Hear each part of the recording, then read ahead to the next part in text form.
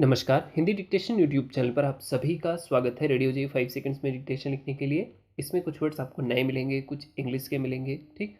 तो उसके लिए परेशान ना हो, जो लिख पाएँ उसको लिखिए, जो वर्ड्स आपसे छूट जाए उसको छोड़ दें। लेकिन लिखने का प्रयास पूरा करिए कि पूरी डिक्टेशन आप लिख पाएँ।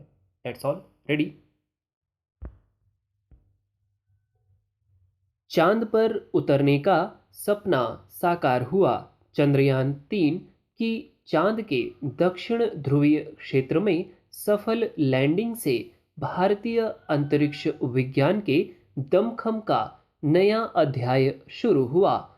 इस अभूतपूर्व उपलब्धि से वैज्ञानिकों में नव ऊर्जा और उत्साह का संचार होगा। न केवल भारत में बल्कि पूरे विश्व में चंद्रमा पर शोध कर रहे वैज्ञानिकों की नज़र आगे आने वाले 14 दिन में एकत्रित जानकारी पर बेसब्री से टिकी रहेगी। जैसा कि कहा जाता है, यह तो पिक्चर का ट्रेलर है, असली पिक्चर अभी बाकी है। आशाओं और महत्वाकांक्षाओं के साथ हम चंद्रमा के दक्षिणी ध्रुवीय क्षेत्र की सतह के बारे में जानने के लिए उत्सुक हैं। चंद्रमा पर सूर्य उदय हो चुका है और अस्त होने से पहले हमें सारा शोध पूरा करना है। विज्ञान हर प्रयास के साथ कैसे सीखता और आगे बढ़ता है, इसे चंद्रयान-3 के उदाहरण से समझा जा सकता है। चंद्रयान-1 में आधे उपकरण ही भारत के थे, बाकी अमेरिका, बुल्गारिया और यूरोप से साझेदारी के रूप में भेजे गए थे। चंद्रयान-2 में सभी उपकरण भारत के थे। चंद्रयान-3 में भी सभी उपकरण भारत के हैं। हालांकि इसमें अमेरिकी अंतरिक्ष एजेंसी नासा ने भारत से अनुरोध कर एक उपकरण शामिल कराया है। हमारे इस अभियान में विश्व के सभी अभियानों का कुछ न कुछ योगदान है। 2007 से 2010 के बीच भारत के अलावा चीन, जापान, अमेरिका और यूरोप ने कई चंद्र अभियान किए। ऐसे हर अभियान से मिले वैज्ञानिक आंकड़े से ही आगे के अभियानों की सफलता तय होती है। अब सवाल है कि चंद्रयान-3 से हम क्या हासिल कर सकेंगे। असल में चंद्रयान के उपकरण हमें सैकड़ों तरह के चित्र और आंकड़े देंगे, जिनसे हम वहां ठोस, द्रव, गैस के रूप में तत्वों की मौजूदगी, उनकी मात्रा, प्रकार, बनावट आदि के बारे में अधिक जान सकेंगे। इसके अलावा इस अभियान द्वारा चंद्रमा से हम पृथ्वी, सूर्य और आकाशगंगा के तमाम अनजान सितारों के बारे में सूचनाओं के सिरे तलाशेंगे। यहाँ हमें कुछ ऐसे तथ्य आंकड़े मिल सकते हैं जो प्लेटिनेरी डिफेंस, खगोलीय सुरक्षा का ढांचा बनाने में मदद करेंगे। ऐसी सूचनाएं पूरी दुनिया के लिए जरूरी हैं। हमारे चंद्रयान-1 की बड़ी सफलता यह थी कि उसमें लगे नासा के एम क्यूब से वहां पानी की पुष्टि हुई थी। चंद्रमा पर पानी की सर्वाधिक मात्रा और संभावना ध्रुवों पर हो सकती है। पानी किस रूप में, कितना और कैसा है, अब यह जानना शेष है। चंद्रयान-3 मिशन कितना महत्वपूर्ण है, इसे इस बात से समझा जा सकता है कि अगले कुछ वर्षों में दर्जन भर चंद्र अभियान होने वाले हैं। ये सभी ध्रुवों पर होंगे। इनमें कुछ अभियान चुनिंदा देशों के हैं, तो कुछ निजी कंपनियों के भी हैं। चंद्रयान-3 से चंद्रमा पर मौजूद तत्वों, खनिजों के बारे में अधिकाधिक जानकारियां मिलेंगी। एक उदाहरण देता हूं। चंद्रमा पर सोडियम मौजूद है, पर वह कितनी मात्रा में है, यह पता नहीं है। यह एक्स-रे स्पेक्ट्रोमीटर के डाटा से पता चल जाएगा। चंद्रयान में अब तक का सबसे सक्षम एक्सरे स्पेक्ट्रोमीटर लगा है, तो 25 किलोमीटर के दायरे तक के तत्वों से परावर्तित एक्सरे का डाटा दे सकेगा। इनके परीक्षण से तत्वों की मौजूदगी सटीक रूप से पता चलेगी।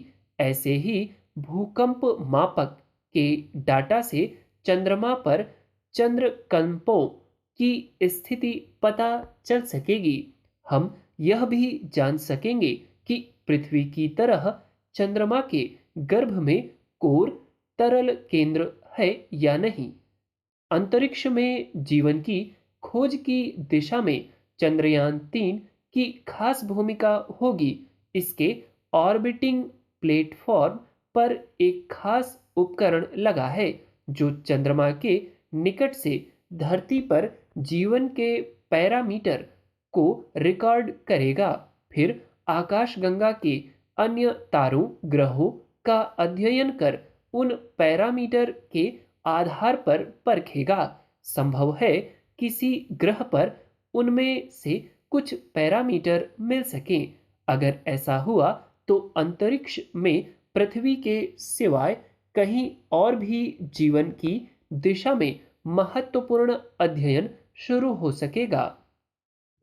ऐसी तमाम सूचनाएं भारत को बड़ी अंतरिक्ष ताकत बनाने में मददगार होंगी। इस क्षेत्रों में हमसे आगे चल रहे देश हमारे साथ और बेहतर समन्वय बनाएंगे। सूचनाओं की साझेदारी बढ़ेगी तो अन्य कई आयाम खुलेंगे।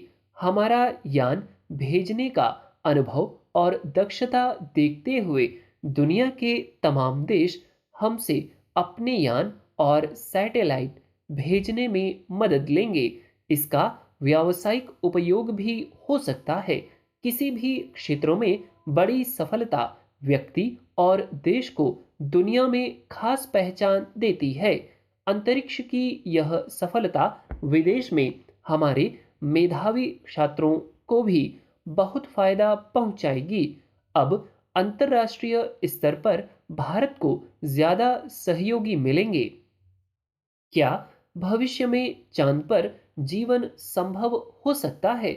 बतौर भूवैज्ञानिक मैं कह सकता हूं कि क्यों नहीं। विज्ञान किसी संभावना से इनकार नहीं करता, लेकिन इस सवाल के कई आयाम हैं। क्या चंद्रमा पर पृथ्वी के अलग कोई जीवन है? वहां जीवन की संभावना को छोड़ें, क्या धरती पर जीवन बिना चंद्रमा के संभव है?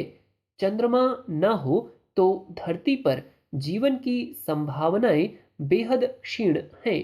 यह धरती की गति स्थिति को जीवन के लिए सहायक बनाता है। यह हमारे बायो रिदम को तय करता है। समुद्र के तमाम जंतुओं को जीवनचर्या के अध्ययन में ऐसे तमाम तथ्य सामने आ चुके हैं। ज्वार भाटा प्रत्यक्ष उदाहरण है। मानव व्यवहार पर भी चंद्रमा की गति स्थिति का प्रभाव पड़ता है। पूरे विश्व के लिए बेहद महत्वपूर्ण चंद्रयान 3 अभियान से इंजीनियरिंग के लगभग 300 और इसके शोध विज्ञान से 30 वैज्ञानिक जुड़े हुए हैं। स्पेस रिसर्च पॉलिसी के मुताबिक एक निर्धारित समय के बाद इस अंतरिक्ष अभियान से मिले डाटा का अध्ययन मुझे भी करना है। यह मेरा सौभाग्य है कि कुछ दुर्लभ जानकारियों को मानवता के सामने लाने में मेरी भी कुछ भूमिका होगी। इससे पहले के दोनों चंद्रयानों के डाटा विश्लेषण का काम भी मैंने किया है। बचपन में जब आधा है चंद्रमा आधी है रात जैसे गीत सुनता था, तब चंद्रमा को लेकर मेरी भी बाल सुलभ जिज्ञासाएं हुआ करती थीं। आज मेरे लिए चांद कुछ और ही है। अनंत रहस्यों से भरा धरती का एक प्यारा सा हिस्सा जो पुरातन काल में धरती से टूटकर कुछ दूर जा टिका है। That's all. उम्मीद करता हूँ डिक्टेशन आपने बहुत अच्छे से लिखा होगा। कुछ छोटे छोटे वर्ड्स थे, तकरीबन 2 या 3, वो मैंने बोलते समय बदल दिए हैं। ठीक, तो उनको आप अगर आप मैच करेंगे डिक्टेशन को, तो उन 2-3 वर्ड्स को आप छोड़ सकते हैं। ठीक, इसके अलावा अपनी एरर काउंट कर लीजिएगा। That's all. वीडियो अच्छी लगी है तो प्लीज़ लाइक करें, अपने फ्रेंड्स के साथ शेयर करें। ठीक, जिन लोगों ने चैनल सब्सक्राइब ना किया वो सब्सक्राइब कर लें। Thank you. इसका स्क्रीनशॉट या डिक्टेशन आपको टेलीग्राम चैनल पर मिल जाएगा। Thank you.